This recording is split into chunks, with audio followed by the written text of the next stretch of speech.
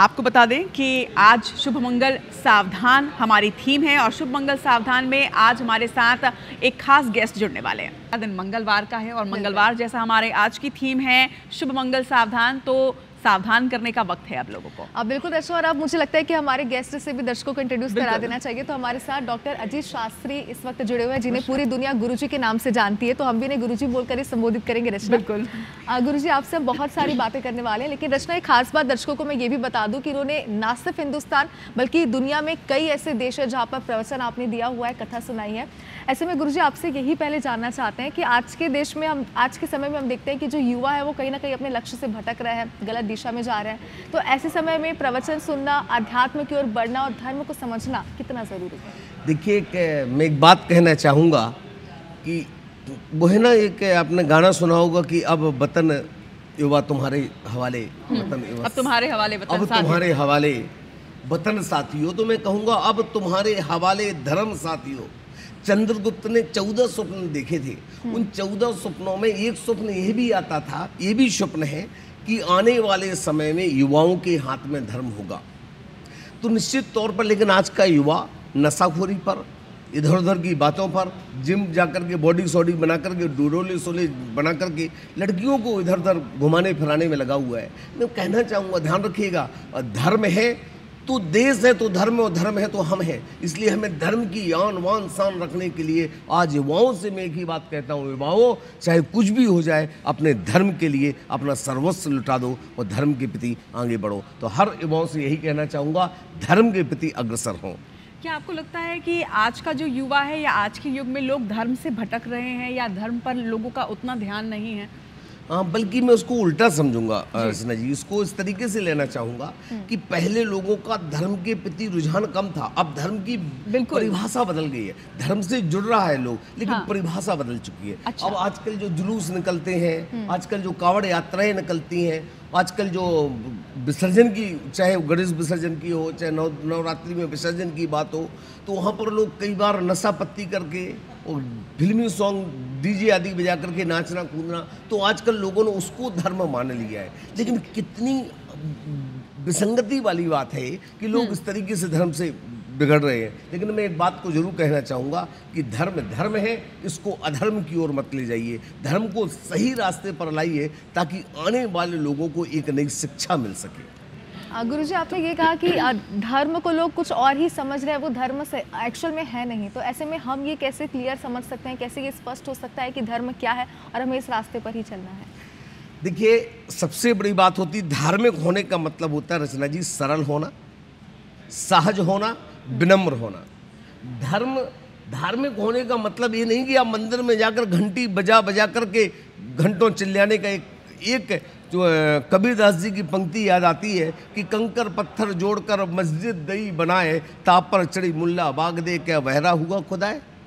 वही बात यहाँ पर चरितार्थ होती है कि आज धर्म घंटा बजावकर के आवाज़ लगाने की आवश्यकता नहीं है, आज डीजे बजाकर शोर करके धर्म दिखावे की जरूरत नहीं है। धर्म की आवश्यकता है अपने आप को सरल बनाओ, सहज बनाओ, विनम्र बनाओ। जितना आप सरल सहज विनम्र बनाओगे पता चल जाएगा कि आप धार्मिक हैं।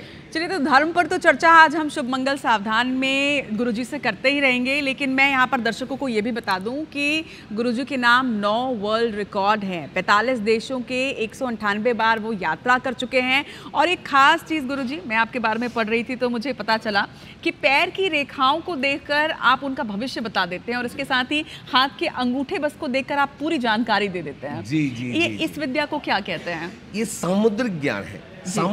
ज्योतिष के कई भेद हैं, अब तो बहुत सारे भेद हो चुके हैं। वैसे मुख्यतः 2 भेदों के रूप में लिया गया है।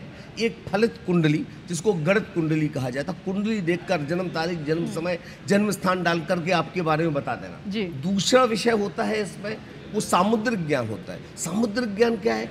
समुद्र के जैसा गहरा ज्ञान, सिर के बाल से लेके पैर के नाखून के अंगूठे तक को देख करके, किसी भी अंग को देख करके फलादेश कर देना, फेस रीडिंग करना, मस्तिष्क रीडिंग करना, पाम रीडिंग करना, लेकिन पैर के पाद की रेखा को करना, हाथ के अंगूठे के गोचर को देखना जी। मात्र गोचर को देखकर, अंगूठे को देख करके व्यक्ति के बारे में, भूत भविष्य वर्तमान के बारे में सब कुछ बता देना। उसके पैर के तलबे को देख करके उसके बारे में सब कुछ बता देना। लिमिटेड लोग चूंकि बच्चे हैं, मैं तो कई बार लोगों से आमंत्रण देता हूं कि आइए आप सीखिए इस विद्या को, ऐसा ना हो कि आने वाले समय में विद्या लुप्त हो जाए। अच्छा, आप इस विद्या को सिखाते भी हैं? बिल्कुल, मैं इसको 100% अगर कोई जागरूक व्यक्ति आए, सीखना चाहे, समर्पित हो, तो निश्चित तौर पर मैं सिखाता हूँ। वो सबसे महत्वपूर्ण बात, कोई फीस नहीं लेता हूँ सिखाने की। तो अगर आप चाहें, आप सामुद्रिक ज्ञान को सीखना चाहते हैं तो गुरुजी आपको वो सिखाते भी हैं। लेकिन शुभांगी, क्या तुम दिखाना चाहोगी यहाँ जरा? बिल्कुल गुरुजी, लेकिन एक बात मैं पहले ये भी आपसे समझना चाहती हूँ। आज की डेट में हम देखते हैं, ना सिर्फ बाकी लोगों की, मैं अपनी भी बात कर रही हूँ, कि हम चाहते हैं कि हमारा भविष्य कैसा रहने वाला है ये हमें अभी से पता चल जाए। जबकि ऐसा कहा जाता है कि आप वर्तमान में जिए, आप आराम से जो काम कर रहे हो उसको कीजिए, लेकिन फिर भी एक इच्छा होती है मन में कि कोई बता दे कि भविष्य में क्या होने वाला है। तो क्या आप अंगूठे की जो लकीरें हैं वो देखकर फ्यूचर बता सकते हैं, या फिर सिर्फ ये बताते हैं कि वो एक जो व्यक्ति है वो पर्टिकुलर है कैसा? शुभांगी जी, आपने एक बात बहुत अच्छी की, मैं आपकी बात में से एक बात को निकालना चाहूँगा। आपने कहा कि व्यक्ति को वर्तमान में जीना चाहिए। वर्तमान में जिएगा तो भविष्य अपने आप अच्छा होगा, वर्तमान अच्छा होगा तो भविष्य अपने आप अच्छा होगा। लेकिन यहाँ पर एक प्रश्न उठता है कि हम आपकी सृष्टि नहीं बदल सकते हैं, हम मात्र आपकी दृष्टि बदल सकते हैं। हमारे अंदर अगर सृष्टि बदलने की शक्ति होती तो हम सृष्टा बन जाते, युगश्रेष्ठ बन जाते, भगवान बन जाते। लेकिन नहीं, ये शक्ति नहीं है, मात्र दृष्टि बदलने की आवश्यकता है। आप एक अंधेरे रास्ते में जा रही हैं, जंगल है, खाइयाँ हैं, रास्ते हैं, खराब है, सांप है, जहरीले बिच्छू वहाँ पर घूम रहे हैं, अंधेरे में आप चली जा रही हैं, आपको पता नहीं क्या होने वाला है। और हो सकता है सांप के पैर के मुंह के पास में पैर रख दो, सांप काट ले। लेकिन ज्योतिषी क्या करेगा? ना रास्ते को ऊबड़ खाबड़ रास्ते को अच्छा बनाएगा, ना खाइयों को पाटेगा, ना सांप बिच्छू को भगाएगा। मात्र आप अंधेरे में जा रहे थे, टॉर्च दे देगा। उस टॉर्च के सहारे आप उजाले में देख करके चल सकते हो, रास्ते को बचा सकते हो। ऐसे ही ज्योतिषी आपके भविष्य के बारे में बता देता है। आने वाले समय में ऐसी घटना दुर्घटना हो सकती है, सावधान रहिएगा। आप गाड़ी सावधानी से चलाइएगा। 2025 चल रहा है, 2025 में मैं कहता हूँ दुर्घटनाओं का समय है। ये 2025 मंगल का है, और मंगल ये 9 का अंक है। 9 मतलब अंत होता है। 1 से लेके 10 तक की गिनती अगर हम गिनते हैं तो 9 जो होता है लास्ट होता है। 9 के बाद में नई शुरुआत हो जाती है। तो ऐसे ही 2026 से भी नई शुरुआतें होंगी। 2025 की अगर हम बात करते हैं तो यहाँ पर सावधानी रखने की आवश्यकता निश्चित तौर पर होती है। गुरुजी, आपने यहाँ पर कहा कि 2025 तो थोड़ा सा इस बार डेंजर है हम सभी के लिए, लेकिन हमने ये भी सुना था बीच में कि 3 साल जो है आने वाले 25, 26, 27 ये भी थोड़े से डेंजर होने वाले हैं, ना सिर्फ किसी पर्टिकुलर इंसान के लिए बल्कि पूरे देश के लिए, दुनिया के लिए। तो क्या हादसों का रहने वाला है ये साल? देखिए, 25, 26 और 27 यहाँ पर मंगल का प्रभाव रहेगा, शनि का प्रभाव रहेगा। सुनिश्चित तौर पर मान के चलिए, विश्वास मान के चलिएगा, आने वाला समय उचित नहीं है। आने वाले समय में बहुत सारी विषमताएं आने वाली हैं। आने वाले समय में बहुत सारी विकराल परिस्थितियां आने वाली हैं। आने वाले समय में बहुत सारे चैलेंज आने वाले हैं। आने वाले समय में युवाओं के ऊपर बहुत फ्रस्ट्रेशन बढ़ने वाला है। आने वाले समय में युवाओं के ऊपर बहुत दबाव बढ़ने वाला है। आने वाले समय में विगत अगले 3 सालों में लोगों की मानसिक स्थिति बढ़ने वाली है, तनाव और डिप्रेशन जैसी स्थिति में जा सकते हैं। तो मैं निवेदन करूंगा कि 25, 26 और 27 को बड़ी सावधानी से निकालिए, बहुत सहजता से निकालिए, और जैसी भी परिस्थिति आए उसको सामना करके निकालिए, क्योंकि आने वाले 3 साल आपकी परीक्षा का समय है। और 3 साल अगर निकाल दिए आपने तो राजयोग जिंदगी भर, जीवन भर बहुत सुख आनंद में बिताओगे। लेकिन गुरुजी, जितने भी अभी 2025 में जुलाई तक में जितने भी हादसे हुए, अमूमन देखा गया है ऐसे हादसे हुए हैं जिसमें जो मौत का भी आंकड़ा है वो काफ़ी ज़्यादा बढ़ा रहा है। एक इंडिविजुअल के साथ में हादसा नहीं हुआ है, व्यापक तौर पर ये हादसे हुए हैं। तो ऐसे में एक व्यक्ति अगर सावधानी रखेगा तो उससे क्या फ़ायदा हो सकता है? एक बूंद से बूंद से घड़ा भरता है। मैं अगर कहूँ, अगर 100 व्यक्ति यहाँ पर बैठे हैं और 100 व्यक्ति चिल्ला चिल्ला कर बोले कि शांत हो जाओ, शांत हो जाओ, शांत हो जाओ, तो क्या होगा? शोर बढ़ जाएगा। और हर व्यक्ति अगर अपने आप को शांत कर ले तो सब शांत हो जाएंगे। तो किसी को शांत करने की आवश्यकता नहीं है, व्यवस्था बनाने की आवश्यकता नहीं है, व्यवस्थित करने की आवश्यकता है।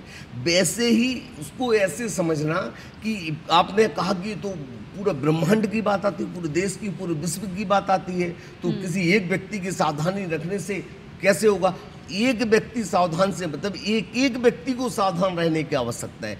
प्रत्येक व्यक्ति अपने आप को सावधान रख ले तो पूरी दुनिया अपने आप सावधानी में अपने आप सावधान हो जाएंगे। तो जैसा कि गुरुजी कह रहे हैं कि 2025, 26 और 27 थोड़ा भारी रहने वाला है, लेकिन सावधानियां भी बरतनी है। मगर क्या किसी खास राशि के लिए और ज़्यादा सावधानी की आवश्यकता है, ये भी गुरुजी से जानेंगे। जैसा कि हमने आपको बताया, सबसे पहले तो आज ये कि आज की जो थीम है वो देख भी आप पा रहे होंगे हमारे पीछे, शुभ मंगल सावधान। मंगलवार का आज का दिन है और हमारे साथ गुरुजी अजीत शास्त्री जी हैं, और जो सामुद्रिक ज्ञान जो आपने बताया था उसके तहत आपको बता दें, एक तो ये कि पैरों की रेखाओं से किसी भी जातक का भविष्य वो जान पाते हैं, उन्हें सावधान कर पाते हैं, और दूसरा हाथों के अंगूठों की लकीरों से। तो शुभांगी, मुझे लगता है कि तुम्हारे पहले मेरा टर्न आ चुका है, तो पहले अब जरा मैं दिखाने वाली हूँ और जानने वाली हूँ कि मेरे बारे में गुरुजी क्या बताएंगे।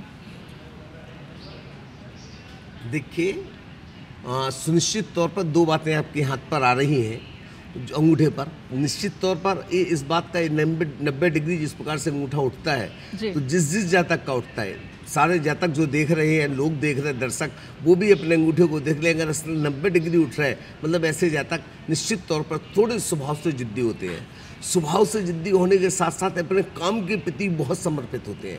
काम के प्रति समर्पित होने के साथ शुक्र भाव भी अगर हम इसमें देखते हैं, तो ऐसे जातक की सबसे बड़ी खास बात होती है, ये अधिक उम्र के होने के बावजूद ही कम उम्र के दिखते रहेंगे। तीसरी बात इसमें सबसे खास बात रहेगी, ऐसे व्यक्ति आकर्षक प्रवृत्ति के होते हैं, लोगों को, दूसरे लोगों को अपना बनाने की अद्भुत कला रखते हैं। चौथी बात ऐसे जातक की सबसे बड़ी बात ये होती है कि कैसी भी विपरीत परिस्थिति आ जाए, उन विपरीत परिस्थितियों में थकते हारते नहीं है, बल्कि रास्ता निकाल लेते हैं। आपके अंदर की एक और विशेष बात कहना चाहूँगा मैं, आप निश्चित तौर पर एक बहुत अच्छी एंकर होने के साथ साथ बहुत अच्छी माँ होने के साथ साथ एक बहुत अच्छे गुरु की भूमिका आपका हाथ इस बात का सूचक है। रचना, क्या कहती हैं आप इस पर? मुझे तो लग रहा है कि बिल्कुल सब कुछ सही कहा है आपने, लेकिन उम्र मेरी उतनी ज़्यादा है नहीं, मैं ऐसे नेशनल टीवी पे क्यों ही बोलूँ ये बात। आई होप कि बॉस इस वक्त सुन रहे होंगे, ताकि उन्हें भी लगे कि हाँ, मैं काम के लिए बहुत समर्पित हूँ और कभी थकती हारती नहीं हूँ। और एक अच्छी एंकर है रचना, मुझे तो लगता है तो दर्शक देख ही रहे हैं। ये तो दर्शक बताएंगे। आप मुझे बिल्कुल बता सकते हैं कि गुरुजी ने जो कहा कि मैं एक अच्छी एंकर हूँ, वो मैं हूँ या नहीं, सोशल मीडिया के माध्यम से। बिल्कुल रचना, लेकिन गुरुजी एक बात और हम आपसे समझना चाहते हैं, जैसे कि जितनी चीज़ें आपने बोली हम खुद भी वो समझ जाते हैं कि अच्छा नहीं, हमारे अंदर ये है। हो सकता है कि कई बार लोग एक्सेप्ट नहीं भी करते होंगे कि नहीं हम तो जिद्दी नहीं है।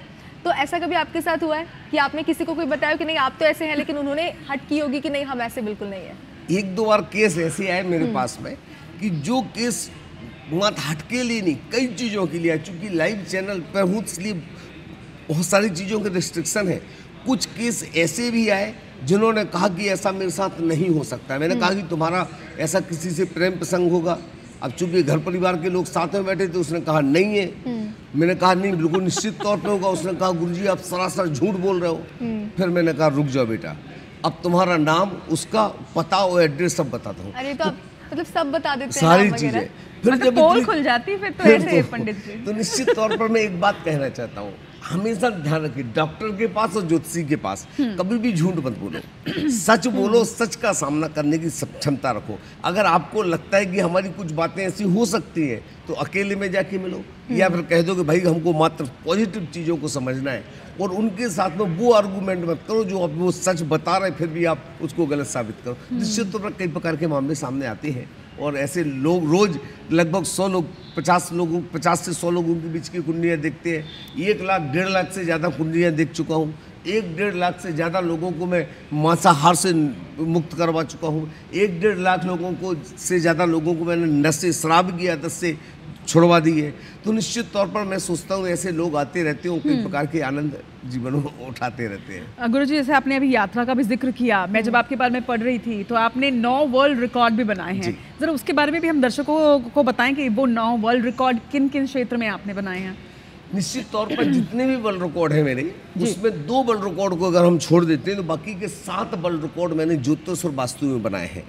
एक मैंने जो 2 छोड़े थे, वो एक है पर्यावरण पर बनाया था मैंने। अच्छा। पर्यावरण की रक्षा के लिए, पर्यावरण की सुरक्षा के लिए हजारों लोगों को हमने वृक्ष बना करके मुंबई के CST मैदान से लेकर मुंबई के लिबर्टी सिनेमा तक हमने मार्च किया, और लोगों को 1 लाख पेड़ वहाँ पर वितरण किए, और लोगों से कहा इन पेड़ों को लगाइए आप।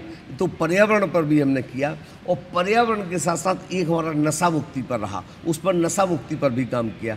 तो ऐसे 9 विश्व रिकॉर्ड बनाने का सौभाग्य प्राप्त हुआ है। ये शुभांगी के हाथों की लकीरें क्या कह रही हैं? बिल्कुल रचना, मैं बहुत देर से इंतजार कर रही थी, मुझे लगा था कि कब खबरें कंप्लीट होंगी और कब ये सेशन हम शुरू करेंगे। बिल्कुल। पंडित जी बताइए एक बार। बिल्कुल।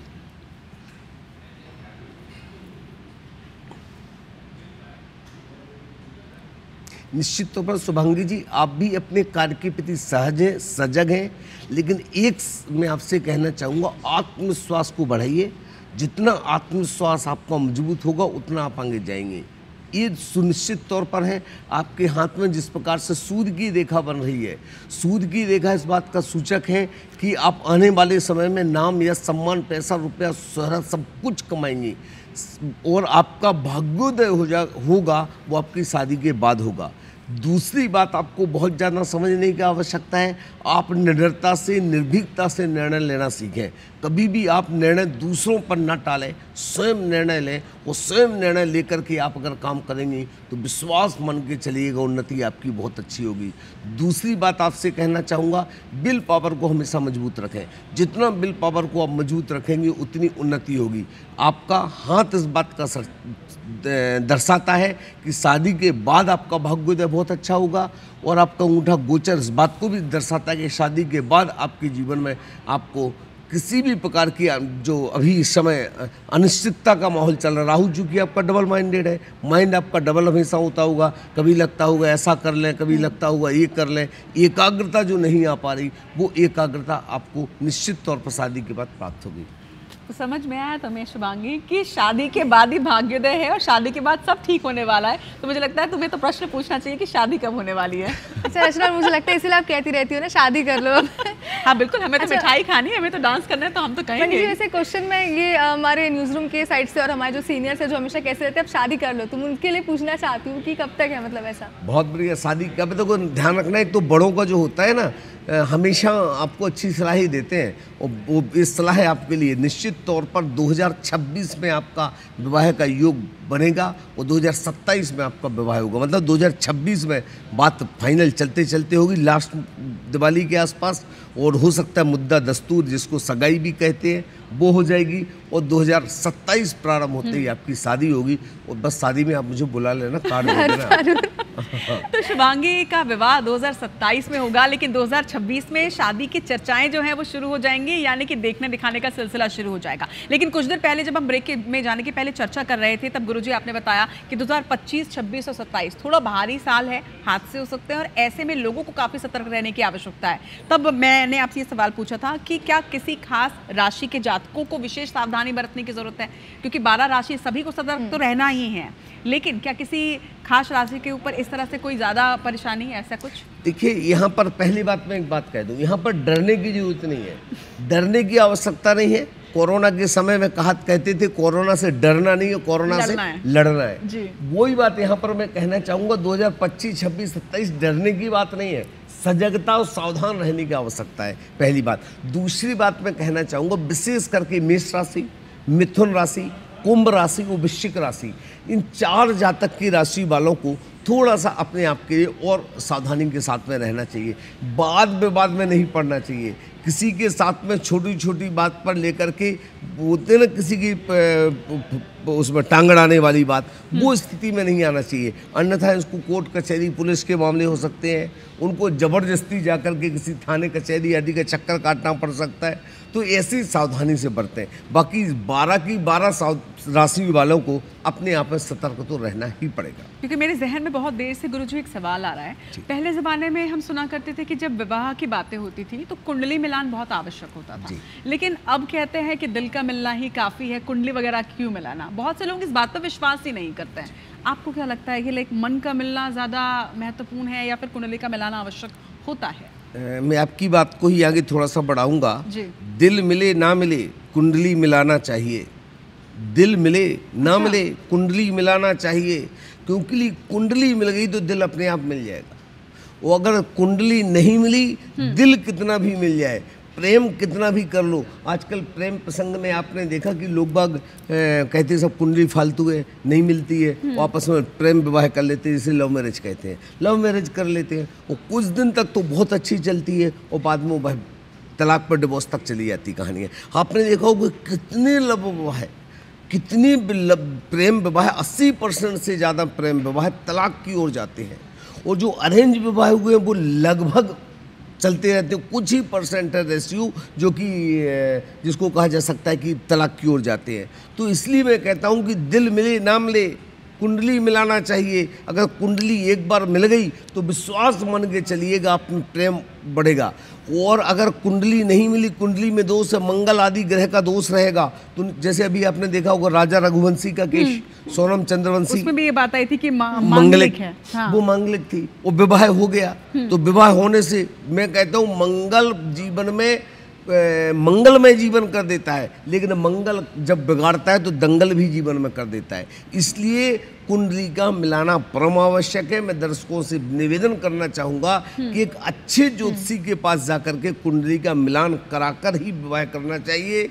और अगर कहीं पर दोस्त, आपको ध्यान होगा अभिषेक बच्चन ऐश्वर्या बच्चन की, ऐश्वर्या राय की शादी हुई तो अमिताभ बच्चन जी मंगल में जाकर कितनी जगह पूजन की, क्यों की पूजन? वो तो इतना नेम फेम वाले हैं, उनको पैसे वाले हैं, क्या जरूरत थी? लेकिन नहीं, जहाँ पर जिस चीज़ का होता है उस दोष का निवारण समय पर कर लेना चाहिए। समय पर किया हुआ दोष का निवारण उसके लिए जीवन सुख शांति में बनाता है। बिल्कुल रचना, मुझे लगता है कि ये दर्शकों के साथ साथ सभी के लिए एक सीख है जो गुरुजी ने बताई। अच्छा गुरुजी, एक सवाल मेरा ये भी, आज की डेट में हम देखते हैं कि लोगों में पेशेंस लेवल बहुत कम है। मैं खुद अपनी बात भी करूं तो मेरे अंदर भी उतना पेशेंस नहीं है, मुझे ऐसा लगता है। हम किसी समस्या को लेकर जब किसी ज्योतिषाचार्य के पास जाते हैं, पंडित जी के पास जाते हैं, वो हमें कुछ उपाय बताते हैं और वो उपाय हम 2 दिन करते हैं, 4 दिन करते हैं, ज़्यादा से ज़्यादा 10 दिन करते हैं। फिर हमारे मन में ये हो जाता है कि अरे हम कर रहे हैं बट ये समस्या ठीक क्यों नहीं हो रही है।